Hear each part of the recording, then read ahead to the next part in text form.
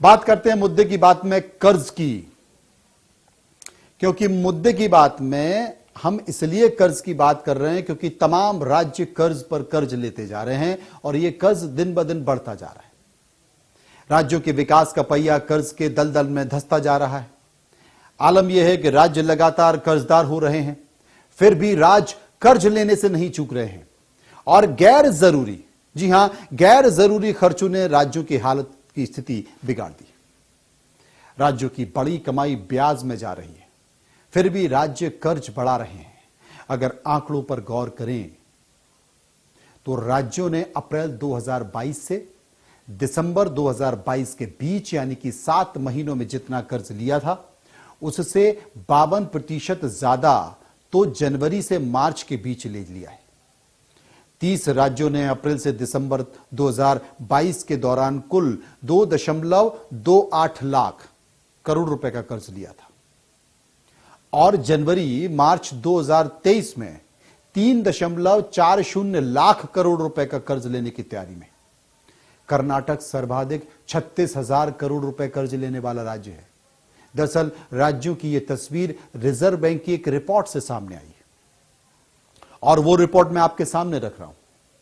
अलग अलग राज्यों के कर्जों की बात करें तो पंजाब देश में सबसे बड़ा कर्जदार है।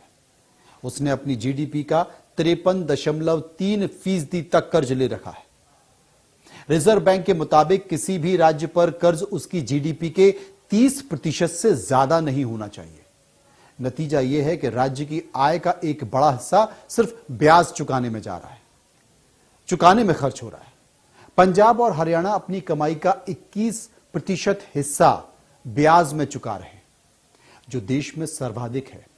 राजस्थान ने 39.8% कर्ज ले रखा है अपनी जीडीपी का, जबकि 14.9% हिस्सा ब्याज में राजस्थान चुका रहा है। राजस्थान के बाद कर्जदारों में बिहार का नंबर तीसरे स्थान पर है। बिहार ने 38.6% कर्ज ले रखा है, जबकि 8.6% हिस्सा ब्याज के रूप में चुका रहा है। चौथे नंबर पर उत्तर प्रदेश है। उत्तर प्रदेश राज्य में 34.9% कर्ज ले चुका है, जबकि 11.2% हिस्सा ब्याज के रूप में चुका रहा है। यूपी के बाद आदिवासी राज्य झारखंड का नंबर आता है। झारखंड ने अपनी जीडीपी का 33.0% हिस्सा कर्ज में ले रखा है, जबकि वो अपनी कुल कमाई का 8.4% हिस्सा ब्याज के तौर पर चुका रहा है। झारखंड के बाद अगला नंबर मध्य प्रदेश का आता है। मध्य प्रदेश में अपनी जीडीपी का कुल 31.3% हिस्सा कर्ज ले रखा है, जबकि अपनी कुल कमाई का 11.7% हिस्सा वो ब्याज में चुका रहा है। मध्य प्रदेश के बाद हरियाणा का नंबर आता है। हरियाणा ने अपने कुल जीडीपी का 29.4% कर्ज ले रखा है, जबकि अपनी कुल कमाई का वो 21% ब्याज दे रहा है। हरियाणा के बाद छत्तीसगढ़ का स्थान आता है। छत्तीसगढ़ पर राज्य की कुल जीडीपी का 26.2% कर्ज है, जबकि उसकी कुल कमाई का 8.0% ब्याज चुकता करता है, यानी कि मोटा मोटी 8% ब्याज वो चुकाता है। अब बात देश के समृद्ध राज्यों में शुमार गुजरात की कर लेते हैं, क्योंकि गुजरात मॉडल की बात बहुत होती है। तो गुजरात पर उसकी कुल जीडीपी का 19% हिस्सा कर्ज है, जबकि कुल कमाई का 14.2% हिस्सा ब्याज के रूप में जाता है, यानी कि कई राज्यों से ज्यादा। अब महाराष्ट्र ने अपनी कुल जीडीपी का 17.9% हिस्सा कर्ज ले रखा है, जबकि अपनी कुल कमाई का 11.4% हिस्सा ब्याज के रूप में चुकाता है। अर्थशास्त्री क्या कहते हैं? अर्थशास्त्रियों की माने तो फ्री की योजनाओं पर खर्च होने से दूसरे जरूरी खर्चे रुक जाते हैं और विकास प्रभावित होता है। कर्ज की बड़ी वजह फ्री की योजनाएं हैं। राज्यों को इन पर जीडीपी का 1% ही खर्च करना चाहिए, लेकिन फ्री की योजनाओं में पंजाब 2.7% खर्च कर रहा है, आंध्र प्रदेश 2.1% खर्च कर रहा है, मध्य प्रदेश झारखंड 1.5% खर्च कर रहे हैं। बात मुफ्त या फ्री की योजनाओं पर खर्च करने वाले राज्यों की करें तो इसमें आंध्र प्रदेश सबसे पहले स्थान पर है। आंध्र प्रदेश लोक लुआबन योजनाओं पर 27,541 करोड़ खर्च करता है। मध्य प्रदेश 21,000 करोड़ रुपए, पंजाब कुल 17,000 करोड़ रुपए फ्री की योजनाओं पर खर्च करता है। अर्थशास्त्रियों की अलग अलग बातें, लेकिन कुछ अर्थशास्त्री हैं जिनसे हमने बातचीत की, वो क्या कहते हैं एक बार इस पर समझ लें। हमारे 3 सबसे प्रमुख स्तंभ हैं किसी भी जीडीपी के, जहां पर कि हम व्यय करते हैं। पहला है शिक्षा, हमारे 3 सबसे प्रमुख स्तंभ हैं किसी भी जीडीपी के, जहां पर कि हम व्यय करते हैं। पहला है शिक्षा, दूसरा है स्वास्थ्य और तीसरा है इंफ्रा प्रोजेक्ट्स। इन तीनों पर्टिकुलर सेगमेंट्स में हमें पीपीपी मॉडल को क्रियान्वित करना चाहिए और मेरा केंद्र सरकार और प्रदेश सरकारों से रिक्वेस्ट रहेगा कि कृपया कर इन पर्टिकुलर खर्चों को कृपया कर सिर्फ और सिर्फ पीपीई मॉडल में ही आगे बढ़ाएं, जिससे कि हम अपना इकोनॉमी को भी बूस्ट कर सकते हैं, हमारे इन्वेस्टमेंट प्रॉपर्स रहेंगे और साथ ही हमारा देश का जो अर्थव्यवस्था का पहिया है वो सही तरह से घूमेगा। अगर हमने ये नहीं करा तो हमारे पड़ोसी देश जिनको कि हम देख रहे हैं जैसे श्रीलंका, पाकिस्तान, जिस तरह से वो गर्त में जा रहे हैं, तो हमारे अलग अलग प्रदेश ऐसे गर्त में न चले जाएं।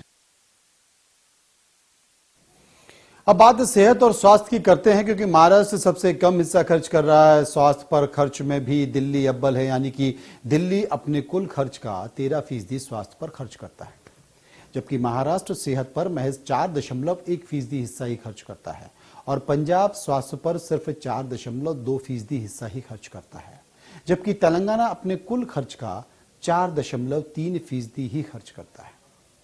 राजस्थान और उत्तर प्रदेश स्वास्थ्य पर 6.8% खर्च करता है। बिहार राज्य 6.7% खर्च करता है। छत्तीसगढ़ 6%, झारखंड 5.6%, मध्य प्रदेश, हरियाणा, गुजरात 5% तक हिस्सा खर्च करता है और शिक्षा पर खर्च करने में दिल्ली सबसे आगे, जबकि तेलंगाना अपने पीछे, सबसे पीछे।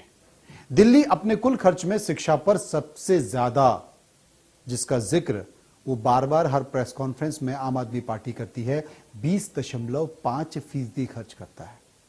उसके बाद असम की बारी आती है। असम 20% हिस्सा स्वास्थ्य में खर्च करता है। बिहार अपने कुल खर्च का 17% हिस्सा शिक्षा में खर्च करता है, जबकि तेलंगाना अपने कुल खर्च का 6% हिस्सा शिक्षा पर खर्च करता है। मणिपुर 10% करता है। राजस्थान शिक्षा पर 17%, मध्य प्रदेश, महाराष्ट्र 14.7%, झारखंड 14%, गुजरात 12.7%, उत्तर प्रदेश 12.4% और पंजाब, छत्तीसगढ़ 12% खर्च शिक्षा पे करते हैं।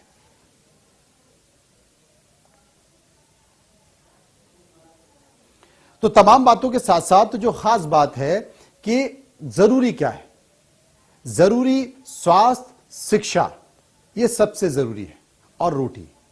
तमाम सरकार की योजनाएं ऐसी हैं जिन्हें फ्रीबीज कहा जाता है और इस बात की चिंता खुद सुप्रीम कोर्ट भी जता चुका है। सुप्रीम कोर्ट यह भी कह चुका है कि सरकारों को इससे बचना चाहिए। राजनीतिक पार्टियों को अपने घोषणा पत्र में, अपने संकल्प पत्र में ऐसे वादों से बचना चाहिए जो फ्रीबीज की हों, क्योंकि इनसे राज्यों पर बोझ आता है और आपके बोझ अगर राज्यों पर आएगा तो सबसे बड़ा सवाल है कि आय और व्यय का जो खर्चा है वो डगमगा जाएगा, तो प्रदेश की स्थिति खराब होगी और सारे राज्यों की स्थिति अगर ऐसी ही रही तो देश की स्थिति पर भी इसका विपरीत प्रभाव पड़ता है।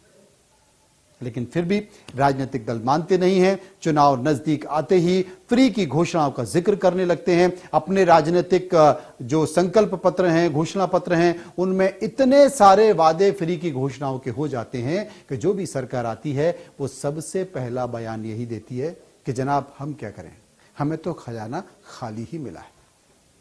फिर कर्ज, फिर कर्ज, फिर कर्ज। समझ रहे हैं ना आप? फिलहाल इतना ही। आप देखते रहिए इंडिया न्यूज। नमस्कार।